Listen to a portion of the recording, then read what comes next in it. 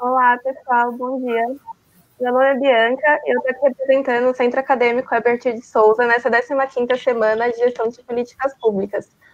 Primeiramente, nós gostaríamos de agradecer a cada uma e a cada um que contribuiu com a construção dessa semana, que deram sugestões, que toparam participar das mesas com a gente, que estão aqui assistindo hoje, que se inscreveram nos cursos, enfim, o engajamento de vocês nesse momento é fundamental. E sem vocês, com certeza, a semana não seria a mesma. Para quem está aqui hoje pela primeira vez, a Semana de Gestão de Políticas Públicas acontece anualmente no campus da IASH USP, da Escola de Artes, Ciências e Humanidades da USP. Mas dessa vez a gente está aqui fazendo acontecer de forma totalmente online. Durante essa semana, esperamos que vocês reflitam sobre as temáticas que trouxemos aqui, que utilizem esse espaço para aprendizado, troca, mobilização, enfim, avaliem criticamente de onde a gente veio e de onde podemos ir para transformar esse país. Pegando um pouco do gancho disso, as mesas dessa manhã são um ótimo parâmetro para pensarmos as saídas do nosso país. Agora a gente vai ter a mesa sobre o patrono da sociologia brasileira, Florestan Fernandes, que tinha um comprometimento intelectual incrível com o desenvolvimento da ciência no Brasil e principalmente com a pesquisa sociológica. Para brilhantar nossa conversa hoje sobre a importância da obra de Florestan para as ciências sociais, nós convidamos a diretora da Faculdade de Filosofia, Letras e Ciências Humanas da USP, a professora Maria Arminda, e daqui da nossa casa, da EASH, nosso querido professor Wagner Pralon. Então, professor, pode falar. Bom dia a todas, bom dia a todos. É um prazer estar aqui nessa primeira atividade da 15ª Semana de Gestão de Políticas Públicas. Nós começamos, então, com uma palestra da professora Maria Arminda, do Nascimento Arruda, sobre a importância da obra de Florestan Fernandes para as ciências sociais. A professora Maria Arminda, além de ter sido minha professora de Sociologia 3, lá na década de 90, Eu me lembro de você, viu, vai? Além de ter sido minha professora lá de Marx, né? Nós passamos um semestre inteiro discutindo a obra de Marx. A professora Maria Arminda é uma das principais sociólogas do Brasil, ela é especialista em sociologia da cultura, ela já ganhou o prêmio Ampox de excelência acadêmica, ela tem uma vasta obra nesse campo, ela foi diretora da FEFEREST até poucos dias atrás, né? Ela foi pró-reitora de cultura também da USP por 5 anos. Então, a professora Maria Arminda ela é muito importante tanto do ponto de vista acadêmico quanto institucional na universidade. E, além de tudo isso, ela escreveu, em meio a uma obra vasta, principalmente no campo da sociologia da cultura, ela também escreveu um livro, Florestan Fernandes, Mestre da Sociologia Moderna, e ela, enfim, conhece bastante a obra do professor Florestan Fernandes. Então, nós temos o prazer de recebê-la aqui. A dinâmica vai ser, ela vai fazer uma apresentação de 30 a 40 minutos sobre a importância do Florestan Fernandes para as ciências sociais brasileiras. Depois a gente vai abrir um tempo para perguntas, comentários sobre a exposição da professora Maria Arminda e a gente encerra as nossas atividades. Então, eu queria parabenizar o Centro Acadêmico pela organização do evento, na pessoa da Bianca, que está conduzindo de forma bem brilhante todos esses trabalhos.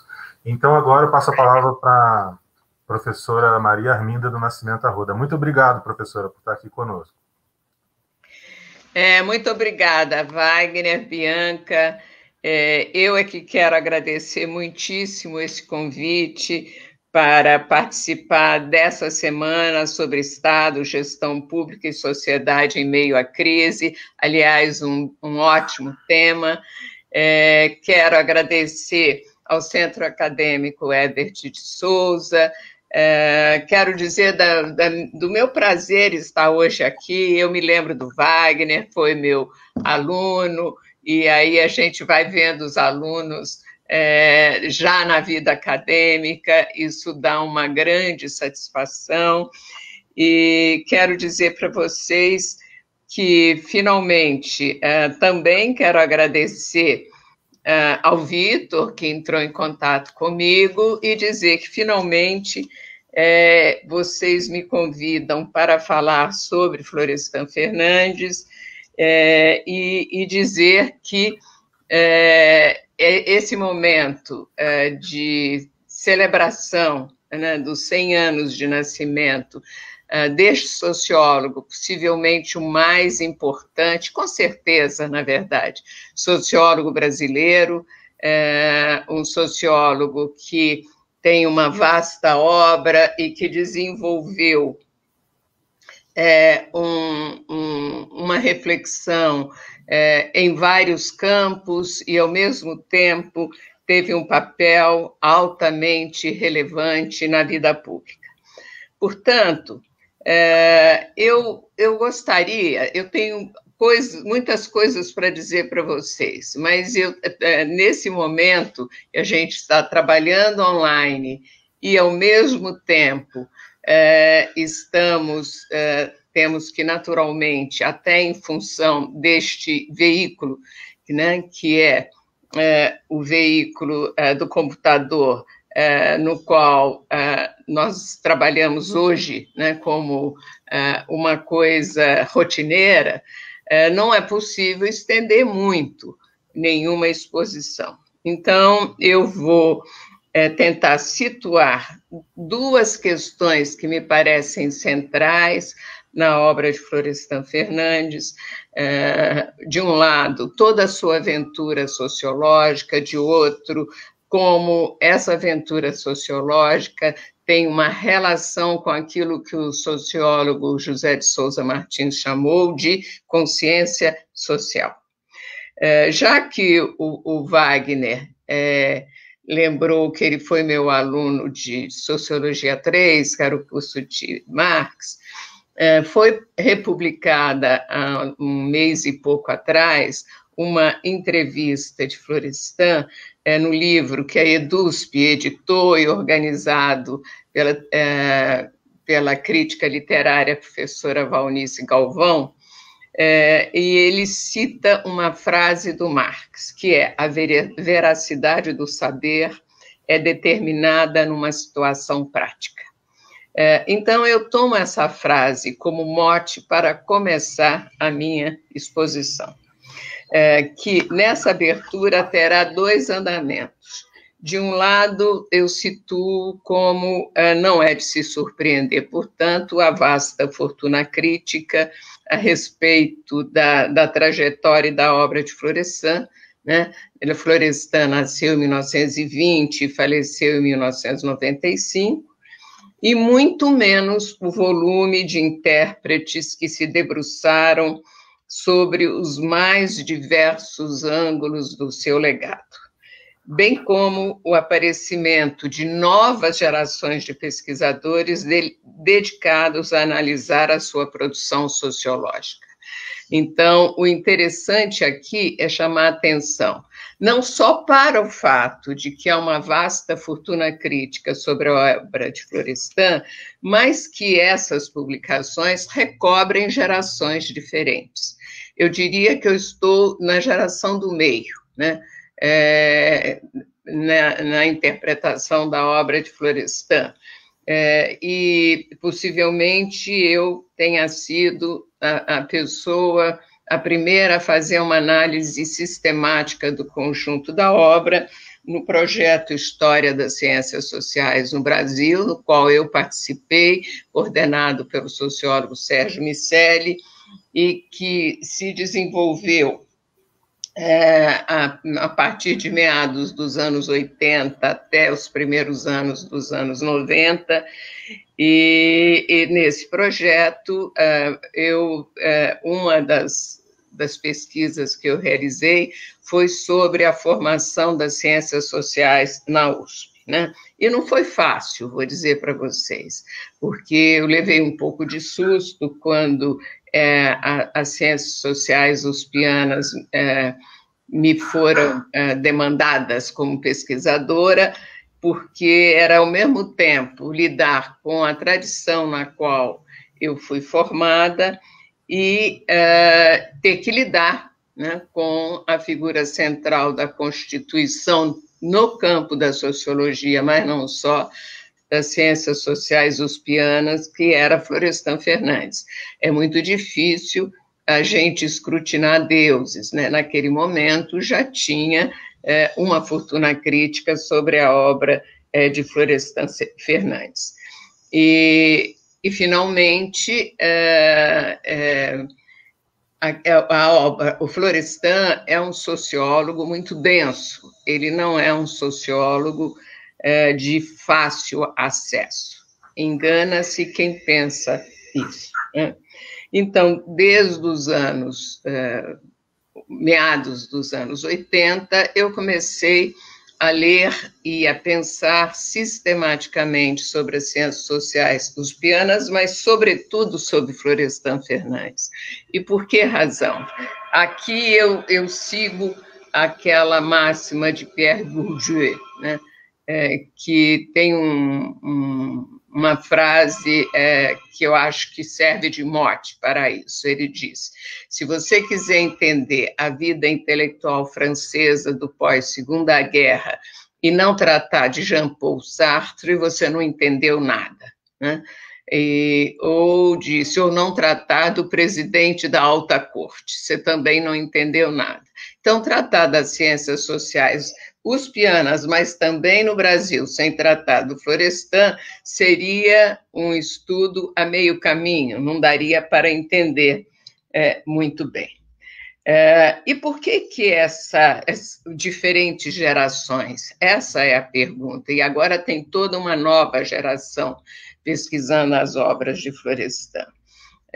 Tem se dedicado a tratar de Florestan Fernandes. As interpretações são várias, elas compreendem um arco de estudos que problematiza o caráter singular do seu pensamento, acentuando, por vezes, a densa contribuição analítica da sua reflexão, seja também a originalidade da sua interpretação sobre a constituição da sociedade moderna no Brasil, seja ainda a sua capacidade de explicar as iniquidades persistentes da nossa sociedade, vertente que, comumente, ressalta a dimensão política e engajada da sua obra, a qual se agrega o tratamento da sua condição de intelectual público, frequentemente associada à sua biografia. Portanto, as análises sobre a aventura sociológica de Florestan, elas multiplicaram-se, né, e se adensaram no presente. E esse fenômeno é um fenômeno que ultrapassa as celebrações dos 100 anos do seu nascimento, atestando que essa bibliografia ela é revelação de um contínuo interesse pelos seus trabalhos, né? Motivos distintos podem ser atribuídos ao crescimento deste interesse. Em publicação recente, eu chamei a atenção para o fato de a alentada fortuna crítica a respeito das diversas dimensões da sua trajetória emanaram, como só ia acontecer, naturalmente, de perguntas derivadas do tempo presente. E em outro texto, eu sublinhei que, embora não de forma exclusiva, mas de diferentes maneiras, né, essas leituras tendem a acentuar o chamado caráter militante da sua sociologia, vertente especialmente destacada em contextos de afirmação de tendências políticas ou de disputas incertas, de arrefecimento das bandeiras progressistas e de perda de legitimidade das causas democráticas. Naturalmente, há uma pletora de razões a explicar essas análises, manifestas no caráter incomum da sua biografia. Florestan, ele vem das franjas inferiores das camadas populares, no carisma que o acompanhou especialmente nas décadas anteriores ao seu nascimento, quando ele passou a ter uma atuação política institucional como deputado do PT, bem como na sua resistência firme e intolerante a todas as formas de desigualdades e de contextos antidemocráticos. É interessante perceber que o chamado, traço militante, isso é, do intelectual público e politicamente engajado, o socialista e devotado às causas de que denominou de os de baixo, embora apareça muitas vezes como a forma mais difundida das interpretações, nunca obscureceu os estudos que pensaram a sua contribuição e a envergadura analítica da sua obra, e a sua contribuição, sobretudo, no entendimento da modernização no Brasil.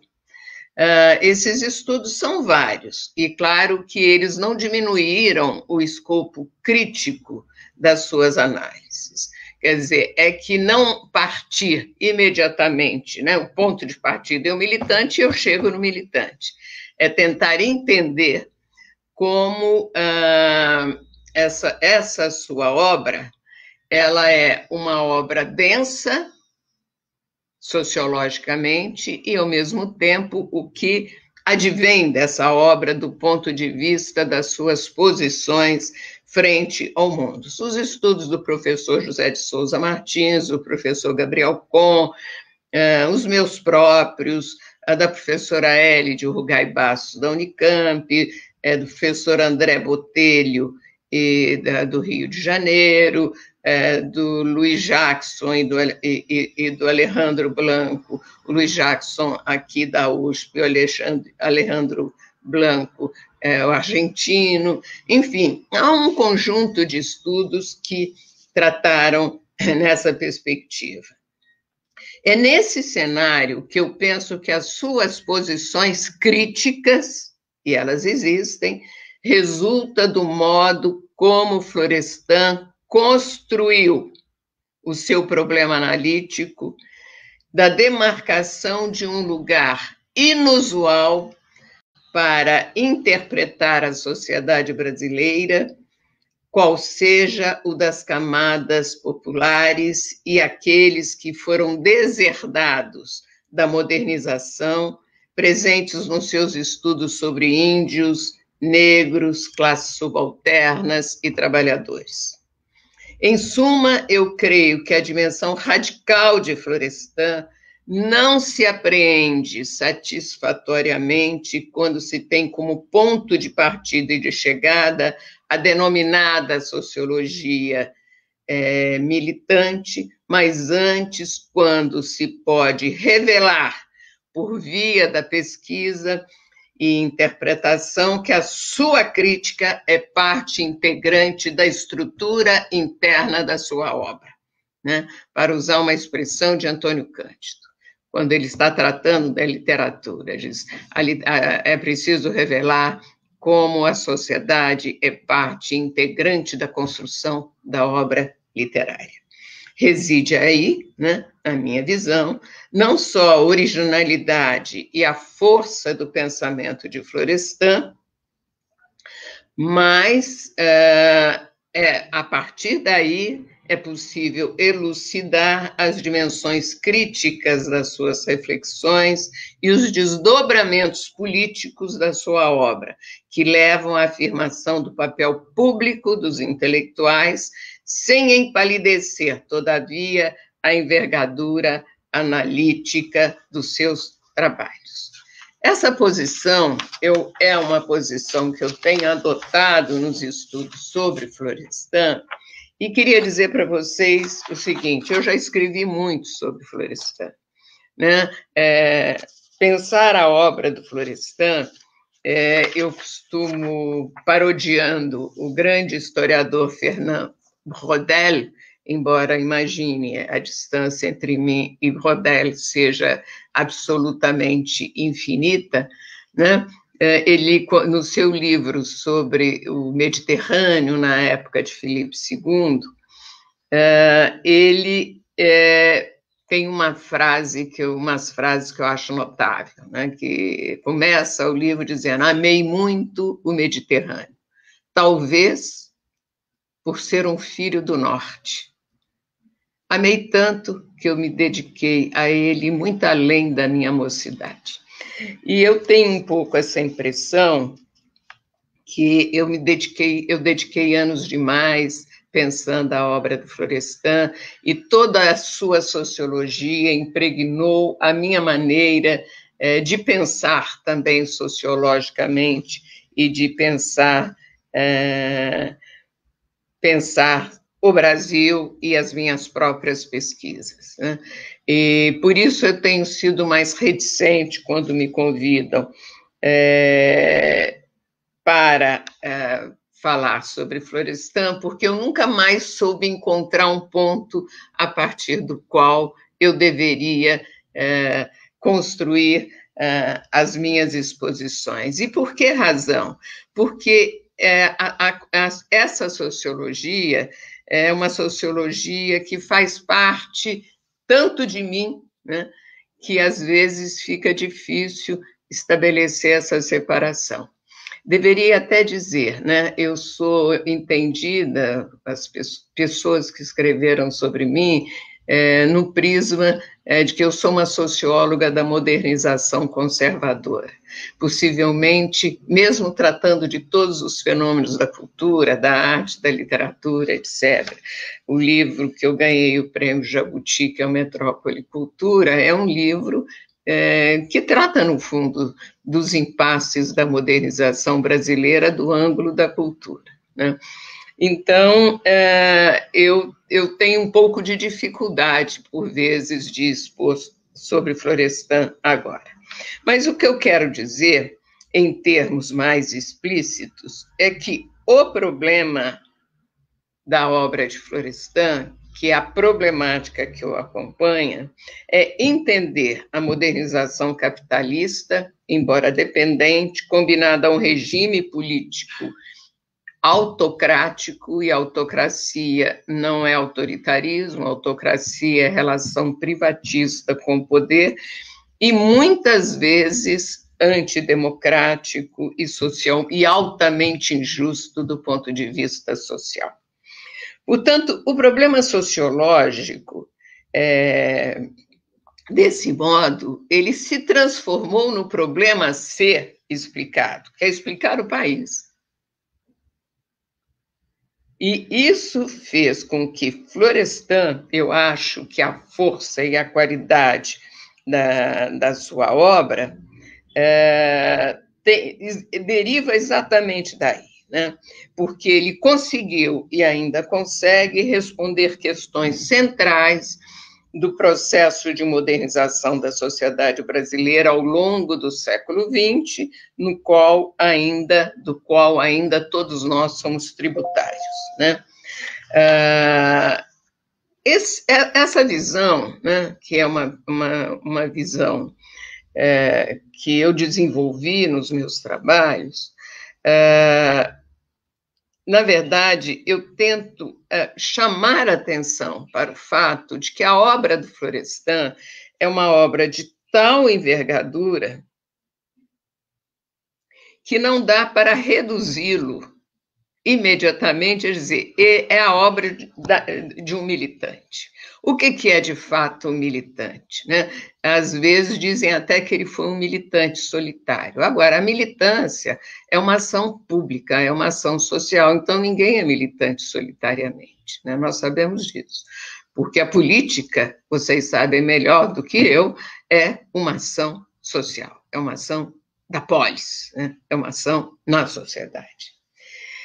Por isso, o conjunto de reflexões, né, que tendem a acentuar essa dimensão política imediatamente da sua obra, que eu chamei de cristalizada na expressão saber militante, e que tendem a ter recorrência, embora elas sejam mais evidentes em momentos de mobilização de bandeiras políticas, movidas por reivindicações avançadas ou de combate ao retrocesso, elas têm que ser vistas frente a essas questões políticas e públicas que marcam a nossa sociedade, mais em certos momentos e menos em outros momentos, né?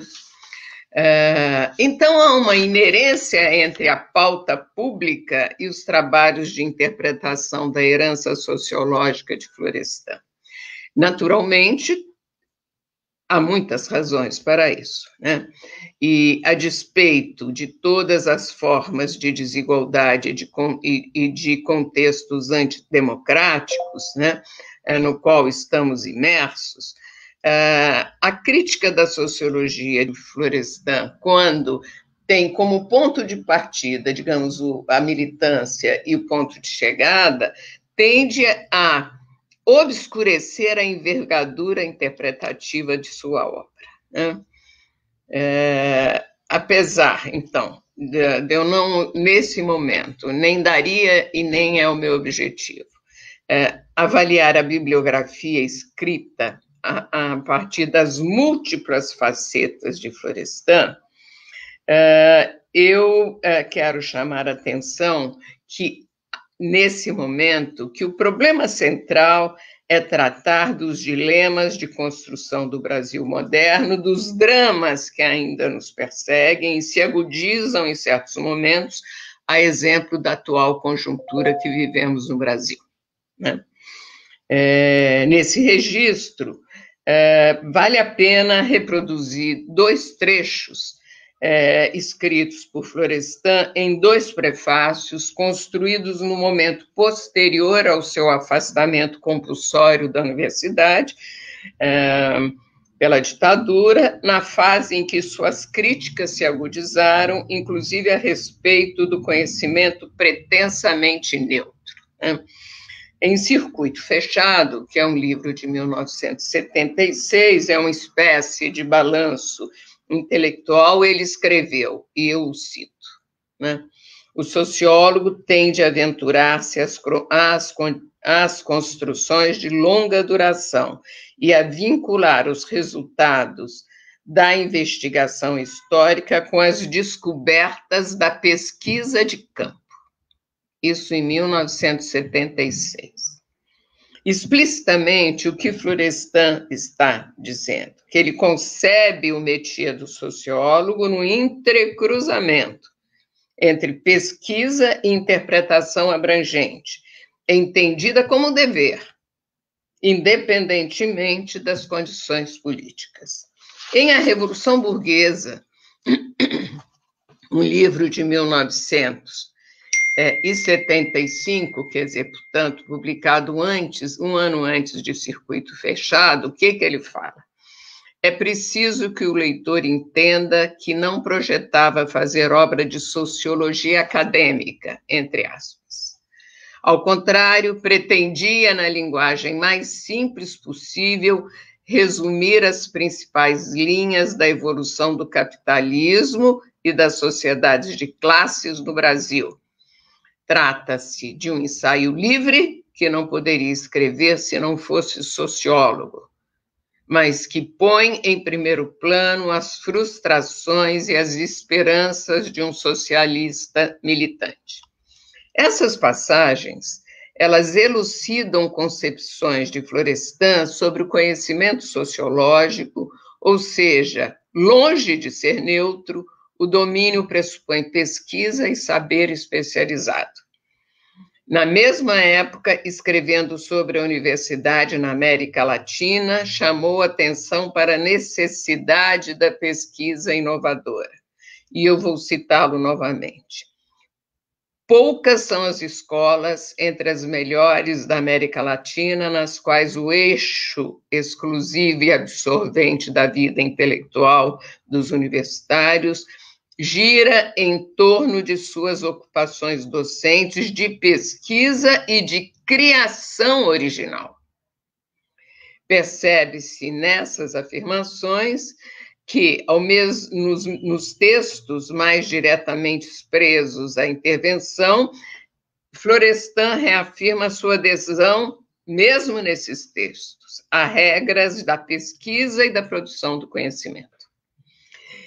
Em A Revolução Burguesa, ele disse, pretendia o uso do condicional já delimita o afastamento entre o universo da intenção e da realização.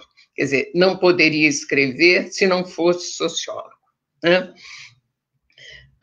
As outras afirmações vão derivar da primeira, né? E isso atesta a simbiose na sociologia de Florestan entre o saber, a produção do conhecimento, os valores introjetados, cuja relação é de mútua inerência, o que significa admitir que não se pode privilegiar nenhuma das dimensões no tratamento da obra. Não menos importante é o reconhecimento do ensaio, que ele chama ensaio de interpretação sociológica, na Revolução Burguesa. É uma expressão tardia e singular do ensaísmo brasileiro. O livro, ele representa um franco recuo de Florestan em relação ao gênero ensaio, que ele dizia que era pré-científico e, ao mesmo tempo, a forma de expressão do estamento. Nos anos 50, ele falava isso, né? E que a ciência existe método, pesquisas e exposição adequada para produzir conhecimento, que são requisitos opostos ao ensaísmo, que, na sua concepção, era uma concepção pré-científica.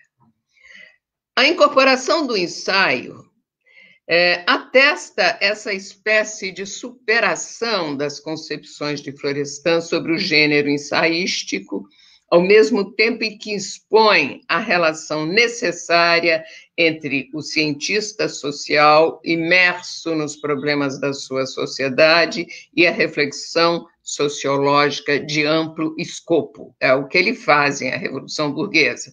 Começa com a independência e vai até 75, quando o livro quando o livro fecha, né? Nesse andamento, é importante destacar os momentos do percurso. A rejeição ao ensaio e as atitudes de afirmação aos princípios universais da ciência caracterizam a fase na qual Florestan construía uma obra segundo modelos disciplinares correntes nos centros hegemônicos das ciências sociais e escrevia monografias.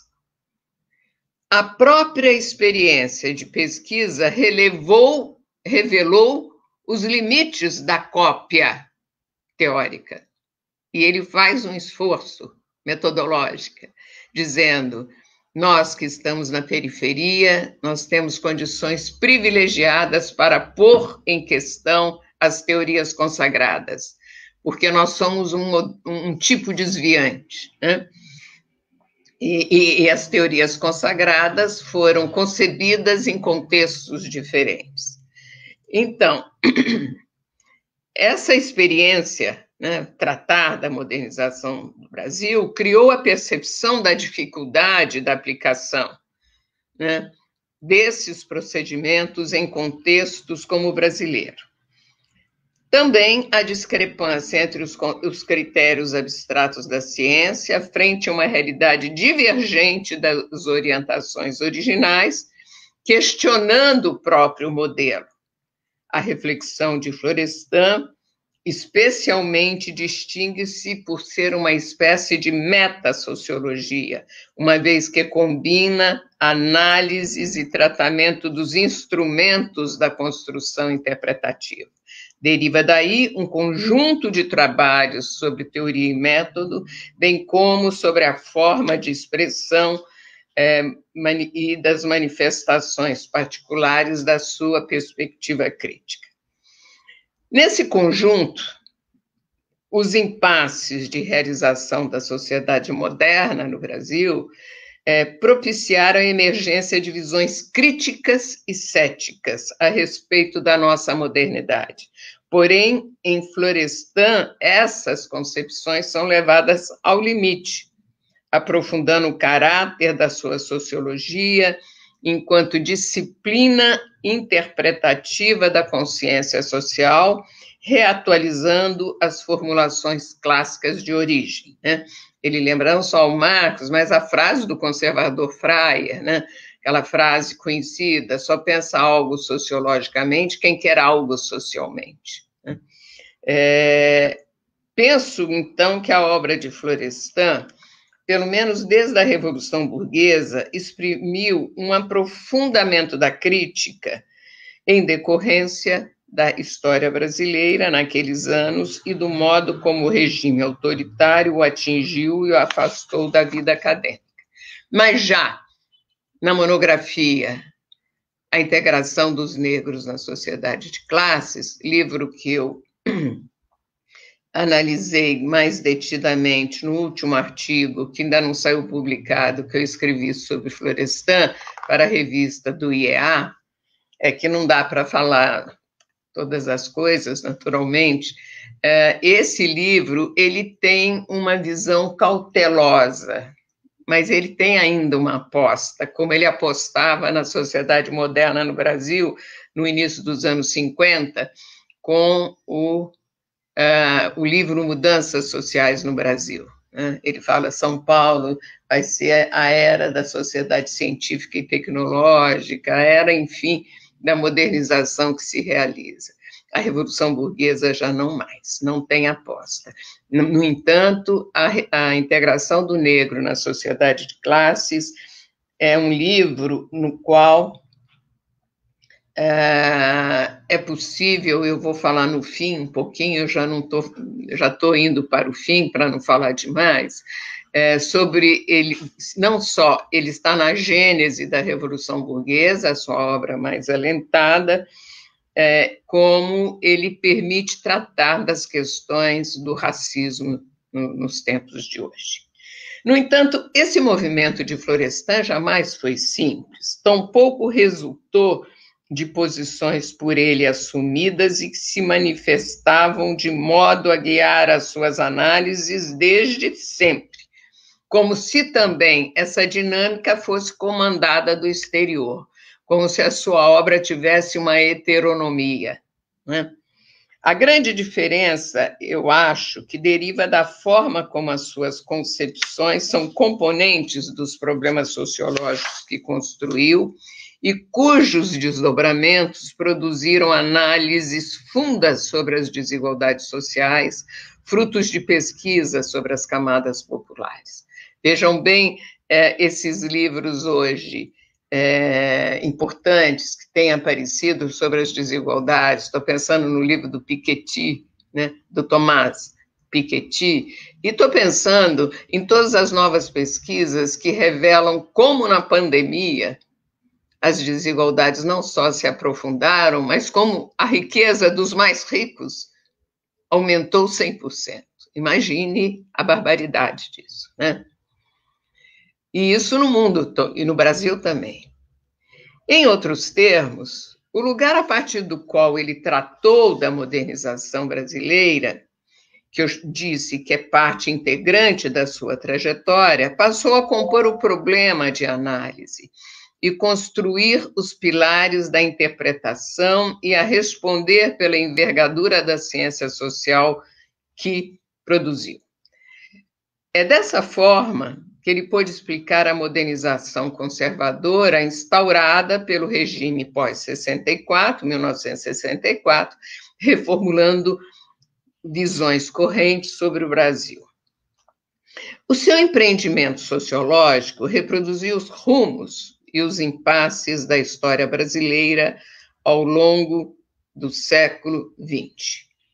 É nesse contexto que é possível entender como seu percurso refletiu a experiência do país no curso da modernização, bem como estruturou a sua obra e formou a sua visão sobre os impasses e limites da modernização brasileira.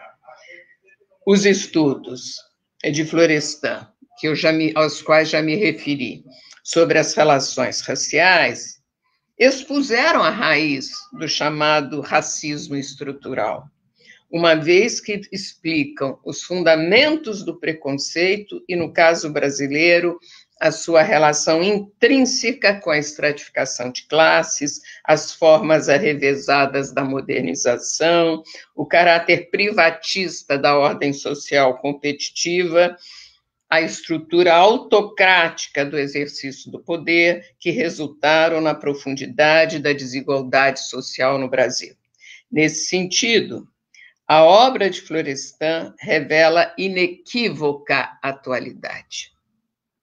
Apesar disso, o que já seria motivo sobejos, né, de retorno aos escritos deste que foi o mais destacado sociólogo brasileiro, Florestan foi um intelectual público, de cariz excepcional. Além de ter empunhado bandeiras civilizatórias, como nos anos 50, a da campanha na defesa da escola pública,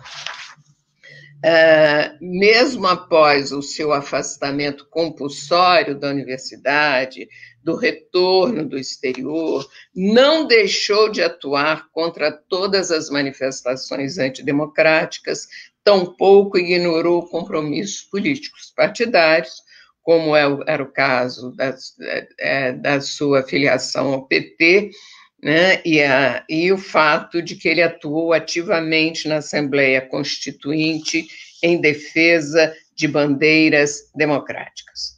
Por todos esses motivos, Florestan ocupou o lugar do intelectual público, daquele defensor das causas mais genuínas e que se lastreavam no domínio do conhecimento, se lastreavam nas pesquisas. Nesse diapasão, o sociólogo serviu de modelo para os intelectuais da universidade, hoje muito acanhados na cena pública.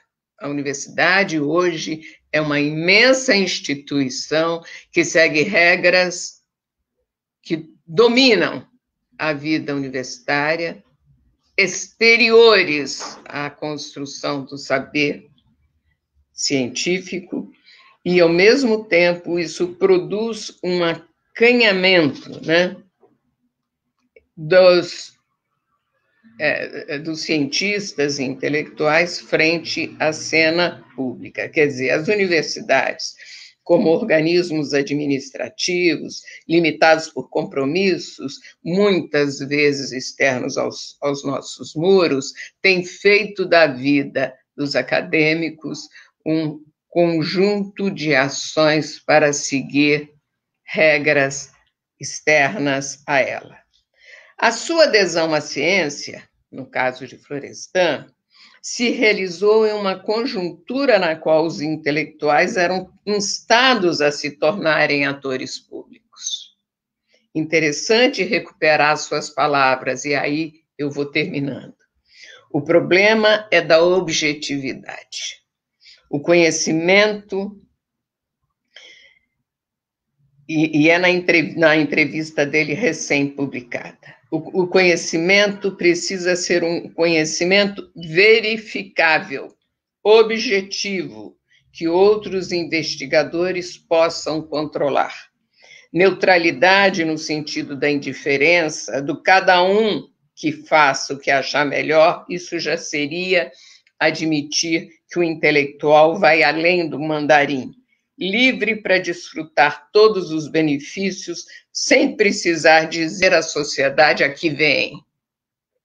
Em suma, ele teria o privilégio de fazer parte de um jogo, e é puro privilégio, cujas regras ele próprio determinaria, o que excluiria da comunhão com os outros seres humanos, responsáveis da mesma sociedade. De fato, nenhum intelectual é neutro, portanto, a suposta neutralidade não é neutra, pois ela envolve a utilização do intelectual nos piores fins. Às vezes, eu vejo uma tendência na universidade das pessoas se imaginarem como se aquilo fosse o mundo delas, que elas determinassem todas as regras e não precisava prestar contas a ninguém. E que isso é assumido muitas vezes como uma posição crítica à esquerda, etc. é preciso saber o que é defesa da autonomia e, ao mesmo tempo, o caráter público do que fazemos, os nossos compromissos públicos. Então, no momento em que o intelectual acadêmico perdeu a sua aura, né, digo eu, submetido a regras internas e externas à instituição, reler Florestan não deixa de ser uma maneira de repensar o sentido da nossa atividade. Talvez resida exatamente aí um dos motivos da atração por ele exercida. No entanto, a obra de Florestan Fernandes reproduz uma imagem nublada do nosso futuro, pois elucida e traz à tona os desvios regressivos do país, uma vez que amplia a análise dos descompassos do nosso processo de formação, da nossa condição intelectual e descortinando novos horizontes interpretativos. Muito obrigada. Professora, muito obrigado pela sua apresentação.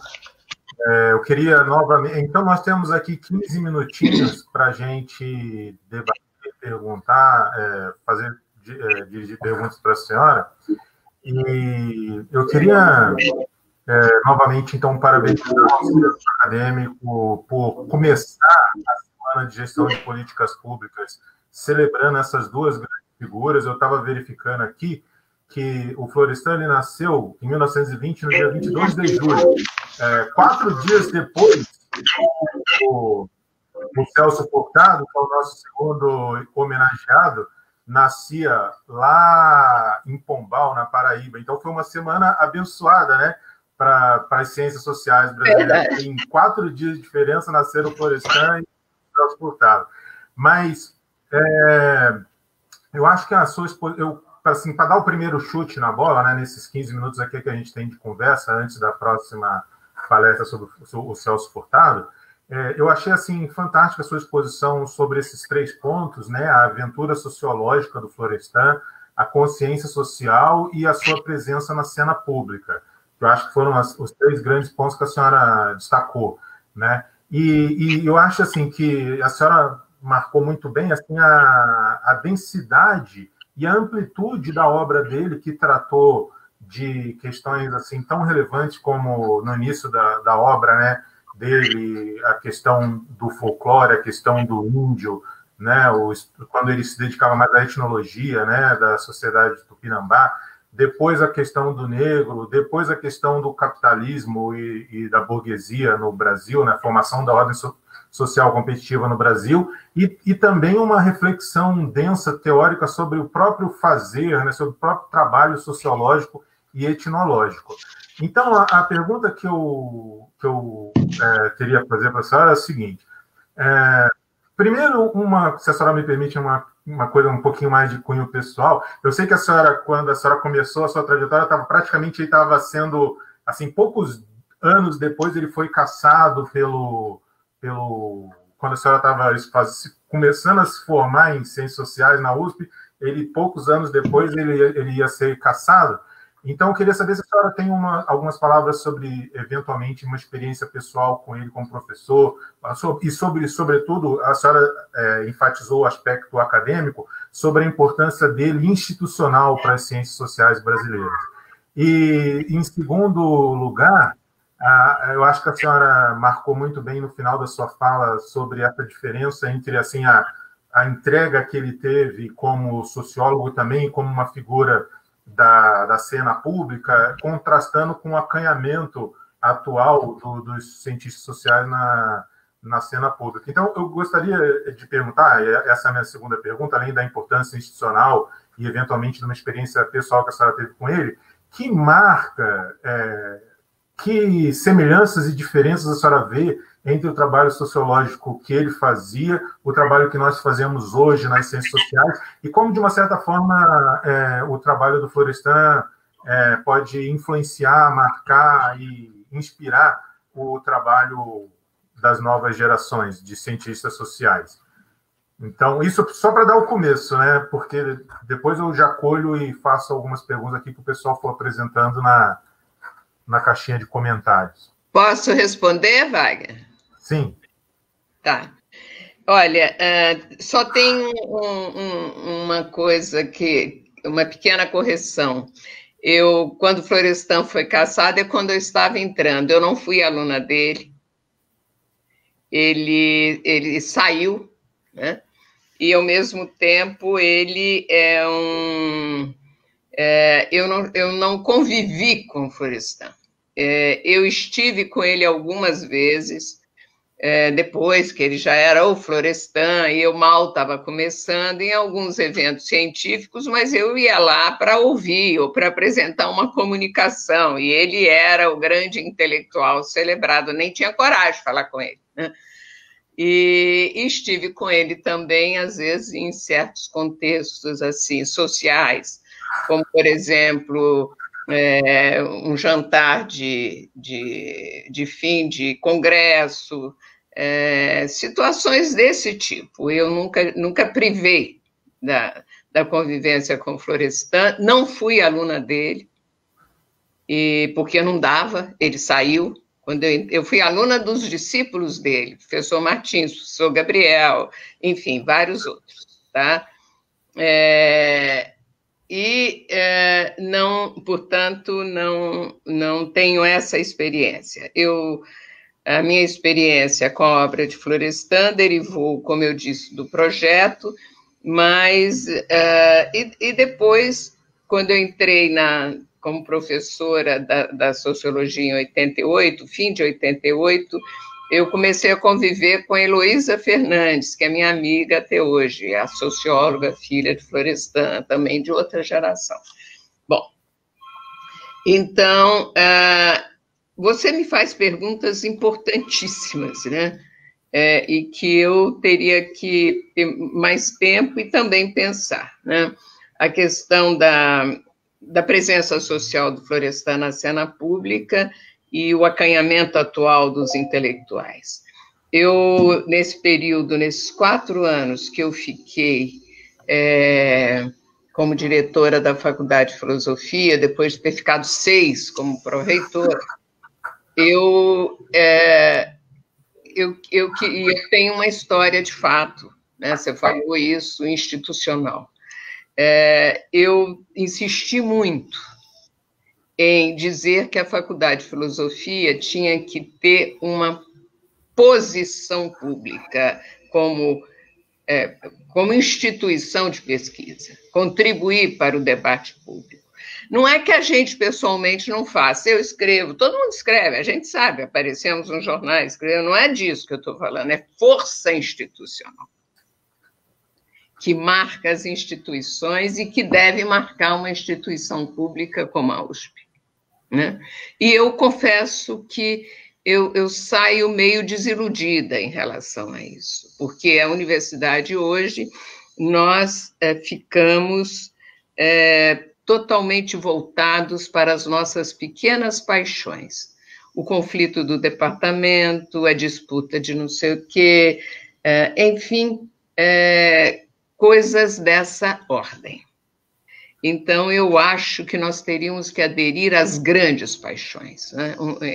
Nos enlaçarmos numa grande paixão. E a grande paixão do intelectual e da ciência, por que nós fazemos ciência? Para quê? Para quem? Para nós mesmos? É o enlace público. Bom, então, isso o Florestan fez, né? E essa é uma grande diferença em relação à vida intelectual hoje em relação àquele período. É claro que naquele período, mas eu não acho que seja menos hoje também, não. Foi um período no qual a sociedade brasileira obrigava a engajamento. Mas hoje também, veja o que nós estamos vivendo, a barbárie que nós estamos vivendo, né? Hoje mesmo, na Folha de São Paulo, a fotografia das famílias de sem-teto, aqui perto de São Paulo, no nosso quintal, em Valinhos, né? Bom, esse é um lado. Agora, ele teve um papel, né, fundamental, institucional. Florestan construiu um dos grupos de pesquisa dos mais importantes construídos na história da sociologia mundial, que deu até um presidente da República, foi Fernando Henrique Cardoso.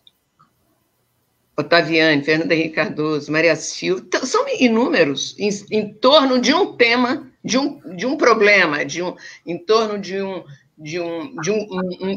objeto de pesquisa central para entender o Brasil, que era a herança escravista.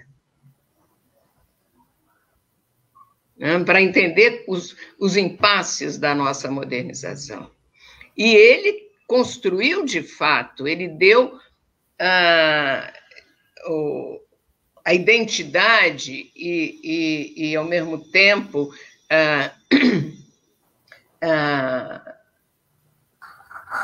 a forma como se fazia sociologia como ciência e, ao mesmo tempo, que não significava a sociologia sem compromisso.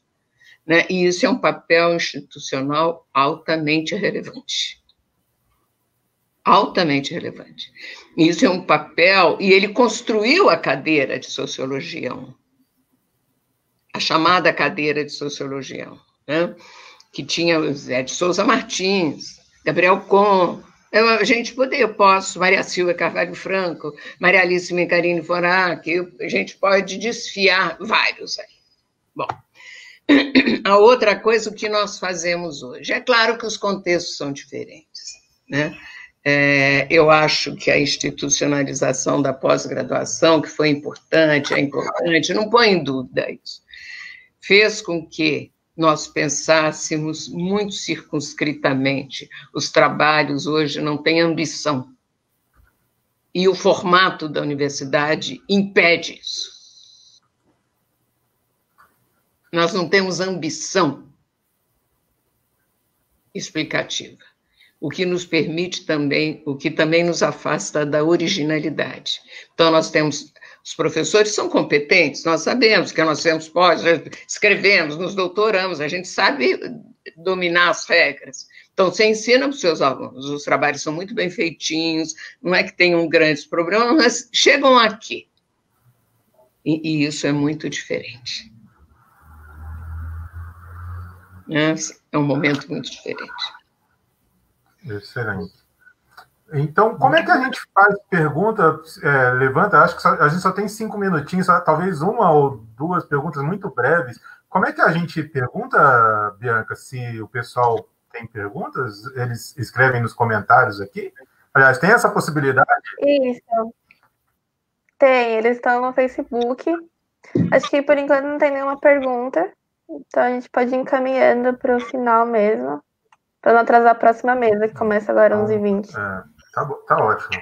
Bom, queria, então, agradecer muito, professora Maria Arminda, pela sua exposição, pela sua aula, pela resposta às minhas perguntas, agradecer a sua disponibilidade, agradecer novamente e parabenizar ao Centro Acadêmico Herbert de Souza, na pessoa da Bianca Lobato, pela organização dessa atividade. E, então, em 5 minutos, nós vamos começar a próxima, né? 5, 10 minutos, a palestra sobre o outro grande cientista social, que é o Celso Furtado. Então, muito obrigado a todos. Passo a palavra para a Bianca para o encerramento da mesa.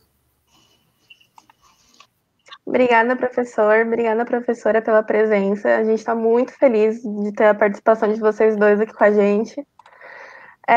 Também agradecer a todo mundo que contribuiu, que está contribuindo com a Semana de GPP, que está aqui assistindo com a gente hoje, essa manhã.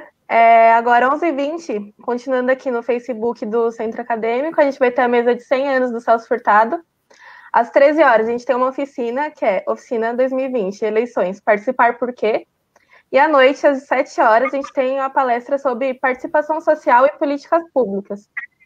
A gravação dessa e de todas as mesas da semana de GPP vão estar no nosso canal do YouTube. É o Centro Acadêmico Herbert de Souza, mas também sigam a gente no Twitter, no Instagram, aqui no Facebook, que é @CASGPP, CAHSGPP. Obrigado. Muito obrigada. Muito obrigada a todos e todas. Eu quero agradecer muitíssimo Eu gostei muito de vir, estou sempre disponível. Muito obrigada pelo convite, para o convite para participar dessa semana, e eu quero cumprimentar vocês por uma iniciativa como essa. Obrigada. Obrigado.